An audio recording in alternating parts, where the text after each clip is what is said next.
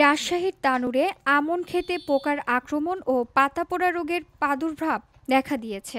এতে আমন চাষিরা রীতিমতো দিশেহারা হয়ে পড়েছে, কিন্তু কৃষি বিভাগের মাঠ কর্মীদের কাছ থেকে কাঙ্ক্ষিত পরামর্শ পাচ্ছেন না। উপজেলার কামারগাঁ ইউনিয়নের মাদারীপুর, হাতিশাইল, হাতিনান্দা মাঠ ঘুরে দেখা গেছে অধিকাংশ আমন ক্ষেত পোকা ও পাতা পোড়া রোগে আক্রান্ত হয়েছে।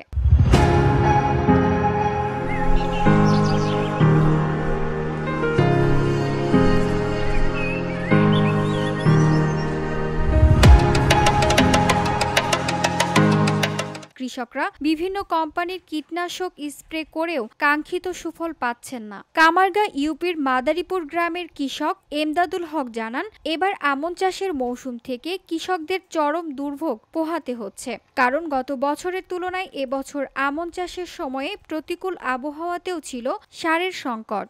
কিন্তু আমনের ভরা মৌসুমে পোকার আক্রমণ, খোল পচা ও পাতা পোড়া রোগে আমন ক্ষেত আক্রান্ত হওয়ায় তারা ফলন উৎপাদন নিয়ে রীতিমতো শঙ্কিত হয়ে পড়েছেন।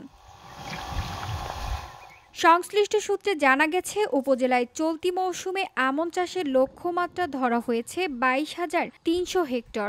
এবার স্থায়ী জাতের পাশাপাশি উচ্চ ফলনশীল বিভিন্ন জাতের ধানের চারা রোপণ করেছেন।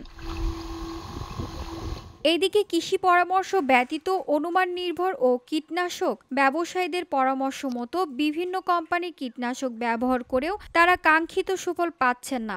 সরঞ্জাই ইউপির নবনবী গ্রামের রিতেন সিং বলেন, তার 2 বিঘা আমন খেতে পোকার আক্রমণ দেখা দিয়েছিল, কিন্তু কৃষি অফিসের কারো কোনো পরামর্শ না পেয়ে কীটনাশক ব্যবসায়ীর কথা মতো ওষুধ দিয়েছেন। হাবিবুর রহমান বলেন, তার 20 বিঘা আমন খেতে পোকার আক্রমণ দেখা দিয়েছিল, তবে ওষুধ ছেটানোর পর এখন অনেকটাই ভালো রয়েছে। বক্সার এটা আপনি মাজার পোকা মানে লেদা পোকা মরে এটাতে, এবং এর সঙ্গে আমরা এটা প্রায় 4 বার, এবং বিষের দাম অতিরিক্ত, মানে যে বিষটা আগে ছিল 100 টাকা এখন হচ্ছে 150-180 টাকা।